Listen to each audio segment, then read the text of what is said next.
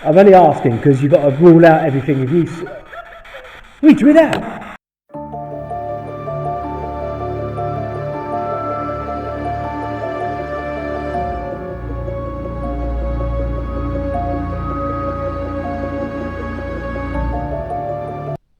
Hi everyone, how you doing? It's Paul here from Paranormal Analysis. Thank you very much for coming back to watch us.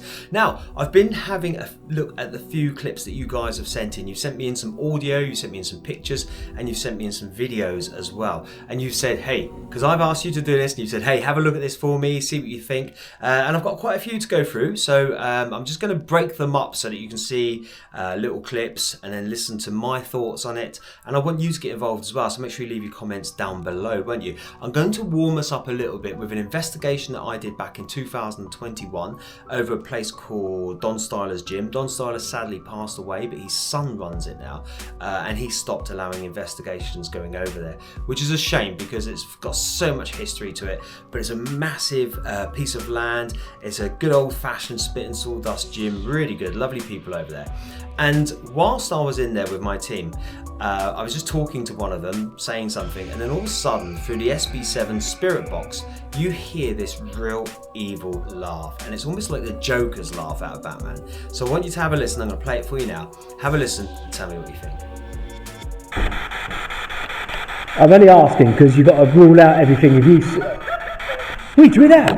That laughing, isn't it? Yeah. That was a right evil laugh. Rule out everything if you... Rule out everything if you...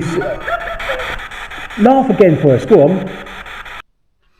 So there you have it. What are your thoughts on that? At the time, we were like, whoa, where did that come from? So a real evil laugh, no explanation for it. So whether or not it's paranormal, what do you think? You get involved and tell us your thoughts on it as well. But it was a real good one to catch. And it's one of those ones that you don't sort of always hear.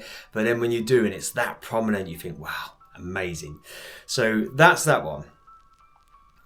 Now the second one I'm going to bring to you is one from, I did it during lockdown actually. I went to a place called Wimmering Manor in Wimmering near Portsmouth, just not too far from Cosham actually. And I went outside because obviously I couldn't go in, and I was sat outside with my necrophonic app on my phone. Now, I've investigated this place many, many times over the years, and one time I had this real, awful, but it was a strange experience. I was sat in like an attic space, and the person I was with left the room, and there was like a little cubbyhole door in the corner, and this door flew open, and I heard these footsteps running towards me like that, and I felt the presence, and it felt like a young girl standing in front of me, and I heard this laugh in my face. I went, like that, and then I just smelt like child's urine really strong, and everything just disappeared. I was in pitch black, but the smell went, the noises went, it just stopped and disappeared. And whilst I was outside of this place during lockdown, I had my necrophonic app, I asked if I had seen a little girl in the premises. You listen to the response. Did I experience a little girl ghost up in that room up there?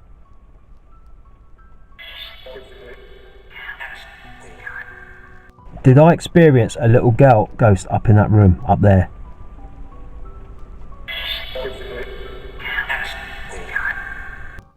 So there we go. That's my two that I've decided to put into the mix today for you to have a listen to and see what you think. My opinions on both of them are, obviously I was there, so you know, I think very strongly that there was no outside interference, so they're unexplainable. That's where I'm going with them at the moment. Not necessarily paranormal, just unexplainable. Didn't have any other variables that could come into place that would justify being making those noises and experiencing what I did at the time. So now what I'm going to do is tell you some of your stories and read them out for you and show the clips and show the pictures and listen to the audio as well of the ones that we've got in so far. Okay, the next one we've had sent in to us is from Tracy, and she was in a graveyard and she believes she's caught a couple of EVPs whilst walking around. She said just before she caught them, she felt like someone was walking behind her, and you can actually hear her say in the video clip, It feels like someone behind her. And then you can hear two voices from two different ladies, which is caught on camera. So I want you to have a listen to this now, see what you think. 30, what a waste of life.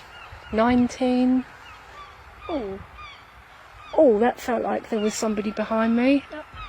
And that felt like sounded like someone walking there on the grass behind me. A couple of footsteps. Whoa, never had that before. Ooh. Anyway, age 19, 20, 30, 20. Oh, that felt like there was somebody behind me. Whoa, never had that before. Ooh. Anyway, age 19. There you go. So there's two ladies in the cemetery. There's Tracy and her friend, but obviously she's caught these female voices. Whew, tough one. They're saying that they didn't say anything to it. So where else do these voices come from? I love EVPs. They're my favourite form of evidence. I just think that there's so much to the different frequencies and the different wavelengths that we operate on. And I think EVPs is the way forward for discovering all sorts of paranormal proof, if you like, really. That's my own personal ideas and personal beliefs, though. But yeah, what do you think of this one, Tracy? I think it's a good cause there because... you know, if we're taking your word for it and no one else has spoken, there's a high probability you got something a bit spooky there. Now, I've had a clip sent in to me by a gentleman by the name of Matt Gray. Now, Matt sadly lost his son at a young age, and he's put the video up on YouTube himself, but he said we can very kindly use the clip because as he's filming, you hear a voice coming over. It's almost like it's coming over his shoulder saying, "Dad," like that in a soft sort of kid's voice. Have a listen to it. I'm going to play it to you now, see what you think. I'm okay with the right one. It's alright.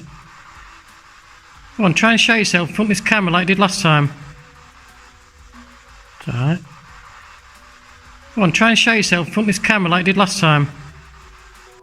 That's very bizarre. Matt said that he didn't know, you know, the person he was with didn't speak, he didn't speak, and he doesn't know where this voice comes from. It's a tough one to call, you know, especially when there's someone who's lost a child. It's very tough to call. But, you know, Matt, if you're watching this and if it's bringing you comfort and you genuinely think that that may have been your son coming through, I really hope it is. I can't say, again, there's too many variables. I don't know because someone's behind you and not speaking, but if you both swear that you didn't speak, then there's a high probability it could be.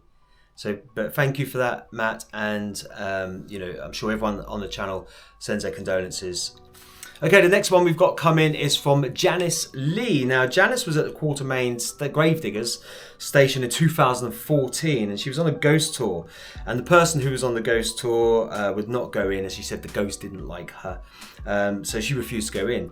But Janice went in looking about and suddenly felt really, really funny. As she started to feel worse throughout the investigation, so she said she had enough and wanted to get out. Apparently she was pushing past everyone to get outside, and she took this photo, and you look at the photo, she said it felt very real and it felt like something was there, and there's like a light anomaly on the photo. Now again, this could be anything from dust particles, it could be light reflection.